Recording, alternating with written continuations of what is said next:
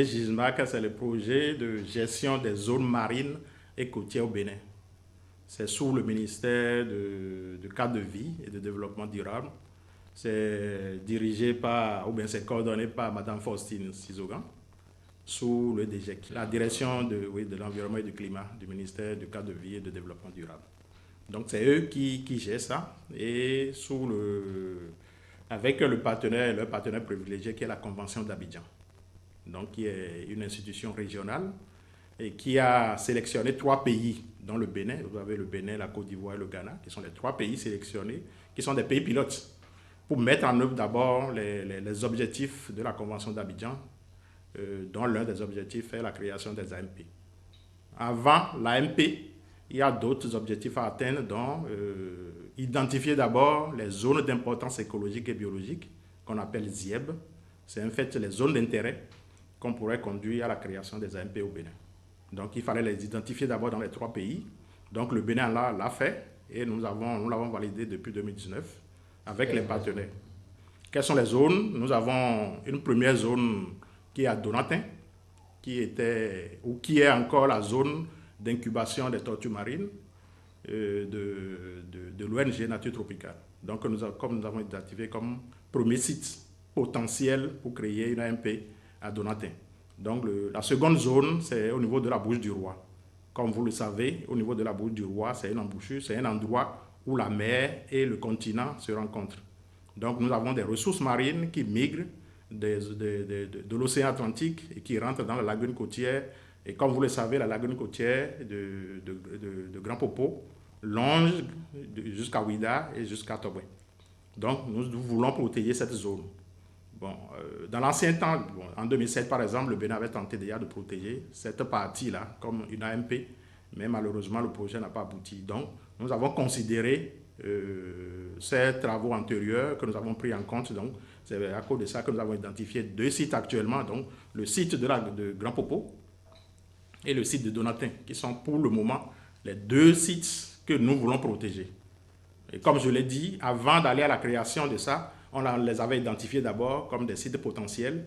Et deuxième chose, nous avons fait un état de milieu marin, c'est-à-dire tous les problèmes qu'on peut avoir au niveau de la mer et de la côte au Bénin. Donc nous avons fait un inventaire et nous avons élaboré un rapport, qui est le second rapport d'ailleurs, qui a été validé l'année passée, en 2020, l'année qui vient de s'achever. On a validé ce second rapport et qui rentre également dans les objectifs de GISMAC.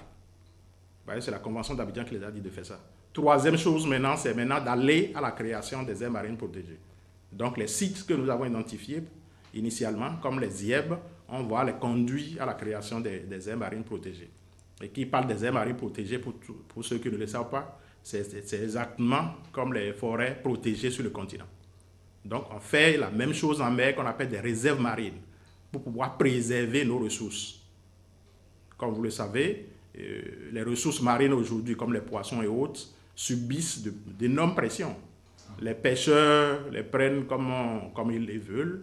Tout le monde va pêcher, vous comprenez. Il n'y a pas de barrière à l'entrée. Donc, si on laisse faire, à la longue, on n'aura plus de poissons dans nos eaux. Donc, c'est la même chose qui se fait sur le continent. Si on laisse les gens aller couper les ressources, les plants, les ressources, aller tuer les animaux en désordre, on n'aura plus rien. Donc, c'est par rapport à ça qu'on a créé les forêts classées. C'est la même chose en mer. Donc, nous devons protéger nos ressources et mettre une gestion durable. Protéger la ressource ne veut pas dire qu'on va exclure les acteurs. Ça ne veut pas dire qu'on va chasser les pêcheurs. Mais désormais, on va les aider à mieux pêcher.